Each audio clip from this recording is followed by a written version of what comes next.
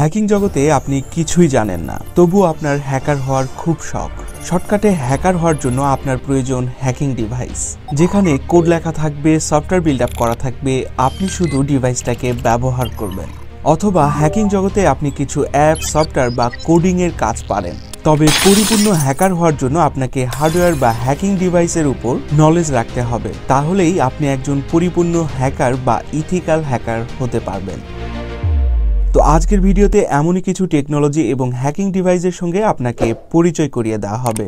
তো চলুন কথা না বাড়িয়ে ভিডিও শুরু করা যাক। আমি আছি সূর্য আর আপনারা দেখছেন টেকসান।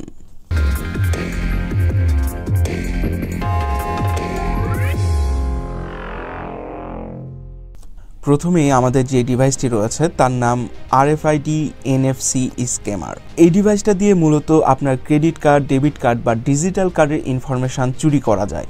এই ডিভাইসের সংস্পর্শে আসলেই কার্ডের ইনফরমেশন নিমিষেই হ্যাক হয়ে যায়। তবে সবচেয়ে ভয়ঙ্কর ব্যাপার হচ্ছে ডিভাইসটির আপডেট ভার্সন রয়েছে। মনে করেন আপনার পকেট বা মানি ব্যাগে আপনার সেই কাঙ্ক্ষিত ডেবিট কার্ড, ক্রেডিট কার্ড বা ডিজিটাল কার্ডটি রয়েছে। আপডেট ভার্সনে 3.3 ফিট দূরত্ব থেকে ডিভাইসটি ব্যবহার করে ডিজিটাল কার্ডের ইনফরমেশন চুরি করা সম্ভব। আমাদের পরবর্তী ডিভাইসটির নাম হচ্ছে উইফোন। এই ডিভাইসটি দিয়ে আপনি সিম কার্ড ছাড়াও কল করতে পারবেন। আমরা সকলেই ওয়্যারলেস ফোন বা ওয়াকি টকির মাধ্যমে কথা বলতে দেখেছি। ঠিক এমনই একটি গুপ্তচর বা হ্যাকাররা ব্যবহার করে থাকে এই উইফোন। তবে এই ডিভাইসটি ব্যবহার করার জন্য SIP অ্যাকাউন্ট থাকতে হবে যে কোনো প্ল্যাটফর্মে, এবং এই ফোনের প্রত্যেকটি বাটনই প্রোগ্রামেবল, এবং এই ফোনটি দিয়ে আপনি একটানা 8 ঘন্টা কথা বলতে পারবেন। আমাদের পরবর্তী ডিভাইসটির নাম হচ্ছে ফ্লিপার জিরো। আমার দেখা বর্তমান বিশ্বে সবচেয়ে ভয়ঙ্কর হ্যাকিং ডিভাইস এটি। এখন পর্যন্ত এমন কোনো কোড বের হয়নি যেই কোডের মাধ্যমে এই ডিভাইসটাকে প্রোটেক্ট করা সম্ভব। ডিজিটাল যত ধরনের লক রয়েছে সবকিছুই খোলা সম্ভব এই ডিভাইসটির মাধ্যমে। এই ডিভাইসটির মাধ্যমে শুধুমাত্র লক খুলতে পারবেন এমন না, যতগুলি ডিভাইস রিমোট কন্ট্রোলের মাধ্যমে পরিচালিত হয়, প্রত্যেকটি রিমোট কন্ট্রোল ডিভাইসের ফ্রিকোয়েন্সি ক্র্যাক করে সেই রিমোটের মতো ব্যবহার করতে পারবেন এই ডিভাইসটি দিয়ে। যেমন ধরুন, এই ডিভাইসটি দিয়ে আপনি ডোর লক খুলতে পারবেন। যে সকল গাড়িতে ডিজিটাল লক ব্যবহার করা হয় প্রত্যেকটি লকই ক্র্যাক করা সম্ভব এই ডিভাইসটির মাধ্যমে। এছাড়াও টিভির রিমোট বলেন, এসির রিমোট বলেন, RGB কন্ট্রোলার বলেন, যত রিমোট রয়েছে সব রিমোটের অ্যাক্সেস নিয়ে নিতে পারবে এই ডিভাইস। তবে এই ডিভাইসটি ব্যবহার করার জন্য অরিজিনাল রিমোট বা অরিজিনাল চাবির ফ্রিকোয়েন্সিটা এই ডিভাইসের ভিতরে প্রেরণ করলে পরবর্তীতে এই হ্যাকিং ডিভাইসটি অরিজিনাল ডিভাইসের মতোই কাজ করবে। যেহেতু এখন ডিজিটাল যুগ, তো একটি ব্যক্তিকে অনেকগুলি কি বা রিমোট ব্যবহার করতে হয়। কোম্পানি মূলত এটি তৈরি করেছিল একটি পার্সন যাতে একাধিক কি বা রিমোট ব্যবহার করতে না হয়, একটি ডিভাইসের মাধ্যমে যেন সকল কিছু অ্যাক্সেস করতে পারে। কিন্তু পরবর্তীতে এই ডিভাইসটা এতটা বাজে কাজে ব্যবহার হবে তা হয়তো কোম্পানি আন্দাজ করতে পারেনি। ঠিক এর জন্যই এই ডিভাইসটি বিভিন্ন দেশে ব্যান্ড করা হয়েছে। আমাদের পরবর্তী ডিভাইসটির নাম হচ্ছে মাল্টিপিক ক্রন্স। এই ডিভাইসটি দিয়ে যত ধরনের তালা আছে ইনস্ট্যান্ট আপনি এই ডিভাইসটি দিয়ে সেই তালার চাবি বানিয়ে ফেলতে পারবেন। অর্থাৎ আপনি যে কোনো লক খুলতে পারবেন এই ডিভাইসটি দিয়ে। তবে এই ডিভাইসটি সবার জন্য ব্যবহারযোগ্য না। এই ডিভাইসটি ব্যবহার করার জন্য অবশ্যই প্রফেশনাল কাউকে প্রয়োজন হবে। আমাদের পরবর্তী ডিভাইসটির নাম হচ্ছে ডিস্টার্ক USB ডিভাইস। এই ডিভাইসটির কাজ হচ্ছে যত ধরনের স্টোরেজ ডিভাইস রয়েছে, যেমন হার্ড ডিস্ক, SSD বা মেমোরি কার্ড, এই স্টোরেজ ডিভাইস থেকে পার্মানেন্টভাবে সবকিছু ডিলিট করার জন্য এই ডিভাইসটি ব্যবহার করা হয়। অনেকেই ভাবতে পারেন যে আমি তো ফরম্যাট দিলেই কাজটি হয়ে যাবে, তাহলে আমি এই ডিভাইসটি ব্যবহার করব কেন? ঠান্ডা মাথায় একটু চিন্তা করেন।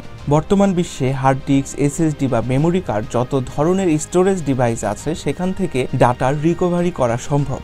মনে করেন আপনি পুরনো ল্যাপটপ, ডেস্কটপ বা মোবাইল ফোন বা মেমোরি কার্ড বিক্রি করেছেন এবং বিক্রয় করার আগে আপনি সেখান থেকে সবকিছু মুছে ফেলেছেন, কিন্তু যার কাছে বিক্রয় করলেন সে চাইলে কিন্তু আপনার সেই আগের ডাটাগুলো ফিরিয়ে আনতে পারবে। ঠিক এই কারণের জন্য অনেক সুনামধন্য কোম্পানিগুলো তাদের ডিভাইসগুলো চেঞ্জ করার প্রয়োজন হলে তারা ডিভাইসগুলো সেল করতো না, পুড়িয়ে ফেলতো। কিন্তু আমাদের সাধারণ মানুষের পক্ষে তো আর ডিভাইস নষ্ট করে ফেলা সম্ভব না। আবার আপনার ইনফরমেশন অন্য কারো হাতে চলে যাবে, এটিও চাচ্ছেন না।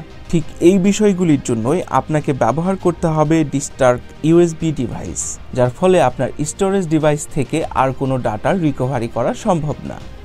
আমাদের পরবর্তী ডিভাইসটির নাম হচ্ছে GSM জ্যামার।